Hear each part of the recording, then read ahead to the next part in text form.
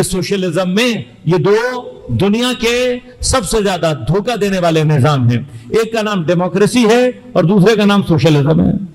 Democracy سیاسی طور پر دھوکہ دینے کا نام ہے. عوام کی حکومت ہوگی. یہ آج تک کبھی آپ نے زندگی میں کبھی عوام کی حکومت دیکھی ہے؟ عوام کی حکومت نہیں ہو سکتی. کیوں نہیں ہو سکتی؟ اس لیے کہ عوام کا زیادہ تر طبقہ مستضعف ضعیف ہے. علمی اعتبار سے، امکانات کے اعتبار سے، اپنے فیصلے کرنے کے اعتبار سے ایک بڑی تعداد ہے. لہذا غور کیجئے گا، جتنا آپ علم، تربیت، عقل، ان تمام چیزوں کو نیچے لاتے جائیں گے، عوام کی تعداد زیادہ ہوتی چلی جاتی ہے. جتنا آپ علم، عقل اور تربیت کو اوپر لے کر جاتے جائیں گے، اتنی عوام کی تعداد کم ہوتی چلی جائے گی. اب لوگوں کو یہ عوامی حکومت کا جھانسا دے کر بنیادی طور پر کیا جا رہا ہے. عوام تو بیچاری عوام ہے، اس نے کس کو بنانا ہے؟ لہذا وہی استحصالی طبقہ عوام کو یہ دھوکہ دے کر کے جی تمہارا منتخب شدہ ہوں میں. اگر کہیں اس طرح کی کوئی کیفیت پیدا ہو بھی جائے، عوام جس کو منتخب کر کے اپنے اوپر لگا رہی ہے، کیا عوام اس بات کی گارنٹی دے سکتی ہے کہ جہاں اس کے منافع ہمارے منافع سے ٹکرائیں گے، یہ اپنے منافع کو ہم پر قربان کرے گا؟ اب ایسے کتنے لوگ ہیں؟ یقیناً ایسے لوگ موجود نہیں ہیں. لہذا یاد رکھیے گا، اللہ تبارک و تعالی نے امامت کے ذریعے سے نبوت اور امامت کو اپنے اختیار میں رکھا ہی اسی لیے ہے کہ عوام کے لیے ممکن نہیں ہے. لہذا خدا خود چاہتا ہے کہ عوام کو ایسے افراد رہبریت کے لیے عطا کر کے دے کہ جو افراد جہاں عوام کے منافع ان کے منافع سے ٹکرا رہے ہوں، یہ وہ ہوں کہ اپنا گھر لٹائیں لیکن عوام کو نقصان نہ پہنچائیں، اپنا سب کچھ برباد کر دیں لیکن عوام کے اوپر نقصان اور ان کے لیے ضرر پہنچانے کی کیفیت میں نہ آئے. اب ایسا شخص اختیار کرنا کیا عوام کے بس کی بات ہے؟ اصلا نہیں ہے بس کی بات. کیوں؟ انسان کا ایمان، اس کا آئندہ، یہ ساری کی ساری چیزیں وہ ہیں کہ جو انسان کے اختیار میں نہیں ہے. لہذا امامت کے مسئلے میں خاص طور پہ غور کیجئے گا. امامت کے مسئلے میں جس وقت حضرت ابراہیم علیہ السلام نے خود امامت ملنے پر، اب حضرت ابراہیم اپنے زمانے کے نبی ہیں، بولے العزم نبی ہیں، صاحب اعجاز نبی ہیں، صاحب کرامت نبی ہیں. یہ سب کچھ ہوتے ہوئے حضرت ابراہیم خود اعلان کر دیتے اور لوگوں کو کہتے بھائی لوگوں، آج سے میں تمہارا امام ہوں. کیوں؟ مجھے خدا نے نبی بنایا ہے، میں وحی کے ساتھ متصل ہوں، میرے پاس سارے کمالات ہیں، میرے پاس سارے کرامات ہیں. لیکن حضرت ابراہیم نہیں کہہ رہے کہ میں نبی ہوں تو میں تمہارا امام ہوں. نہیں، انی جاعلک للناس اماما، اے ابراہیم ہم تمہیں لوگوں کے لیے امام بنائیں گے. پس اگر خدا امامت کا اذن نبی کو نہ دے، نبی اپنے آپ کو امام نہیں بنا سکتا، تو عوام کو اپنا امام بنانے کا اختیار کس نے دیا ہے؟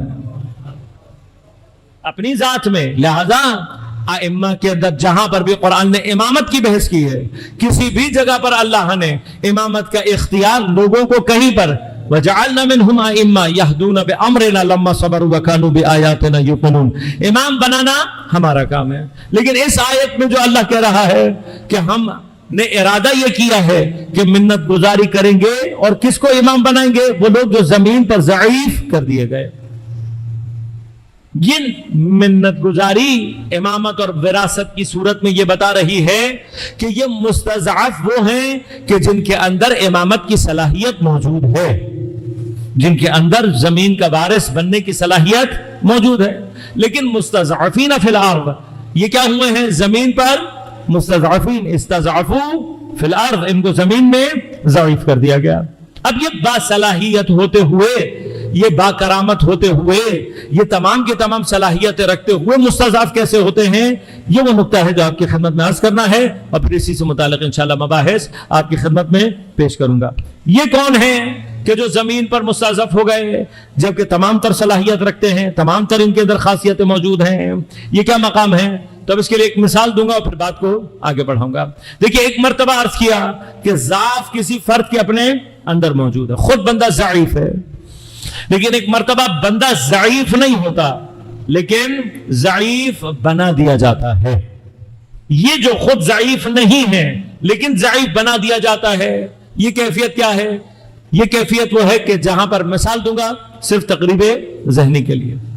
آپ نے کہیں نہ کہیں ریسلنگ یا کوئی کشتی یا اس طرح کا کوئی نہ کوئی مقابلہ دیکھا ہوگا. اب اس میں کبھی کبھار ایسا ہوتا ہے کہ دو پہلوان ہیں، دونوں ہی طاقتور ہیں بظاہر، لیکن ایک پہلوان نسبتاً تھوڑا اپنے ٹیکنیکس کے، اپنے ہنر کے اعتبار سے نسبتاً کمزور ہے. جسمانی اعتبار سے ویسے اگر دیکھا جائے تو دونوں طاقتور ہیں. مثلا فائنل راؤنڈ میں پہنچ گئے ہیں تو یقیناً کئی لوگوں کو شکست دے کر پہنچے ہیں، لیکن 19-20 کا فرق بالآخر کہیں نہ کہیں موجود ہوتا ہے. اب ایسی کیفیت میں کبھی کبھار ہوتا ہے، آپ نے دیکھا بھی ہوگا کہ وہ جو کمزور ہے، اب اتنا بھی نہیں ہے لیکن جو کمزوری اس کے اندر ہے، وہ اپنی اس کمزوری کو ختم کرنے کے لیے نامناسب رویہ اختیار کرتا ہے، چیٹنگ کا راستہ اختیار کرتا ہے، بے ایمانی کرتا ہے، اصول اور قواعد کو پامال کرتا ہے، انسانی اقدار کو پامال کرتا ہے. اب یہاں مرحلہ کیا ہے؟ اس پوزیشن، اس بیلٹ، اس جگہ کو حاصل کرنے کے لیے وہ تمام اقدار کو پامال کرتا ہے اور اس جگہ تک پہنچ جاتا ہے. اب اس کے مقابلے میں جو دوسرا پہلوان ہے وہ بھی طاقتور اپنی جگہ.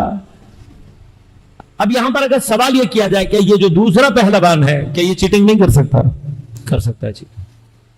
چیٹنگ کرنا تو کوئی کمال ہی نہیں ہے، بے ایمانی کرنا اس کے لیے کوئی کمال کی ضرورت نہیں ہے. انسانی اقدار کو پامال کرنے کے لیے کسی بڑی فنکاری کی ضرورت نہیں ہے. وہ جو ہمارے یہاں کہتے ہیں بس تھوڑا سا گھٹیا پن انسان کے اندر ہو تو پھر باقی یہ ساری چیزیں آسان ہیں. انسان کے اندر گھٹیا پن ہونے کی ضرورت ہے خالی، ورنہ پھر نہ رشوت لینا کوئی کمال ہے، نہ کم فروشی کرنا کوئی کمال ہے، نہ دھوکے بازی کرنا، چیٹنگ کرنا، یہ کوئی کمال نہیں ہے. صرف خود سے باطنی چاہیے. ذرا سا خود سے باطنی انسان کے اندر آ جائے تو پھر یہ ساری صفات جتنی بھی ہیں یہ خود بخود پیدا ہو جاتی ہیں. اصل مشکل کیا ہے؟ اصل مشکل ہے اپنے اندر صفات حمیدہ پیدا کرنا. اصل مشکل کیا ہے؟ ان اقدار کے مقابلے پر حتی اپنے نقصان کو برداشت کرنا. اور اب غور کیجئے گا، انسانوں کے اندر اللہ تبارک و تعالی نے ایک کمال جو رکھا ہے وہ یہ رکھا ہے کہ ظاہری طور پر اگر یہ شخص جو کہ انسانی اقدار، اخلاقی اقدار، دینی اقدار، ان کے تحفظ کے لیے نقصان اٹھا رہا ہے، ظاہری طور پر شکست بھی اگر کھا رہا ہے، انسان کی فطرت کو اللہ تبارک و تعالی نے ایسا رکھا ہے کہ وہ کبھی بھی بے ایمان کو پسند نہیں کرتا. اس کو پسند نہیں کرتا جو چیٹنگ کرے، اس کو پسند نہیں کرتا کہ جو دھوکہ دے. بلکہ کیا ہوتا ہے، اگر انسان متوجہ ہو جائے کہ ہارنے والے نے اپنی ہار تو قبول کی ہے لیکن اقدار کا سودا نہیں کیا، ہار ماننے والے نے ہار تو قبول کی ہے لیکن اصولوں کا سودا نہیں کیا، تو پھر انسانی فطرت یہ ہے کہ انسان اس نہ جھکنے والے کو ہیرو بناتی ہے، اس کو حقیقی معنی میں کامیاب تصور کرتی ہے. اب اگر کامیابی کا یہ تصور کسی بھی انسان کے اندر یعنی اس کی فطرت سالمہ کے ساتھ موجود ہے تو کربلا کا فیصلہ بہت آسان ہے. پھر کربلا بہت آسان ہے. کیوں؟ اس لیے کہ کربلا میں کامیابی اور شکست کا معیار اگر فطرت انسانی کے مقابلے کے ساتھ دیکھا جائے، فطرت انسانی کے ساتھ دیکھا جائے تو پھر حسین صرف زندہ باد ہے، پھر سید الشہداء کے لیے کوئی شکست اور کوئی کیفیت موجود نہیں ہے. بس ایک طرف ڈیموکریسی کا نظام ہے جو لوگوں کو بیوقوف بنا رہا ہے، اور دوسری طرف سوشلزم کا نظام ہے جو یہ کہہ کر لوگوں کو بیوقوف بنا رہا ہے کہ جی رہبریت کا حق معاشرے کے کمزور ترین علمی اور تربیتی اعتبار اور عقلی اعتبار سے کمزور ترین طبقے کو. نہیں، یہ طبقہ کمزور نہیں. طبقہ جو کمزور ہے وہ کیا؟ غور کیجئے گا یہ کمزوری کہاں سے آتی ہے، یہ کیسے آتی ہے؟ ان اقدار کو بچانے کے لیے، ان اقدار کی حفاظت کے لیے جب یہ مرحلہ پیش آتا ہے تب وہ استضعاف ظہور میں آتا ہے. اب یہ استضعاف یہ پیدا کیسے ہو رہا ہے؟ خود امام کے ساتھ مسئلہ نہیں ہے. امام اپنی تمام تر اس سیاسی، اپنی ان تمام علمی بصیرتوں کے ساتھ وہ اقدام کر رہے ہیں کہ جو دین بچا رہا ہے، لیکن اس مرحلہ ریاست، اس مرحلہ حکومت تک پہنچنا معجزے کے ذریعے سے نہیں ہے، یہ قرار نہیں ہے. اس حکومت کو حاصل کرنا، اس ریاست کو بنانا، اس امامت کے مرحلے کو معجزے کے ذریعے سے یہ قرار نہیں ہے، یہ ایسا نہیں ہونا. اگر یہ ہوتا تو حضرت امیر جس نے خیبر کا دروازہ اکھاڑ لیا وہ اپنے گھر کے دروازے کو آگ لگنے نہیں دیتا.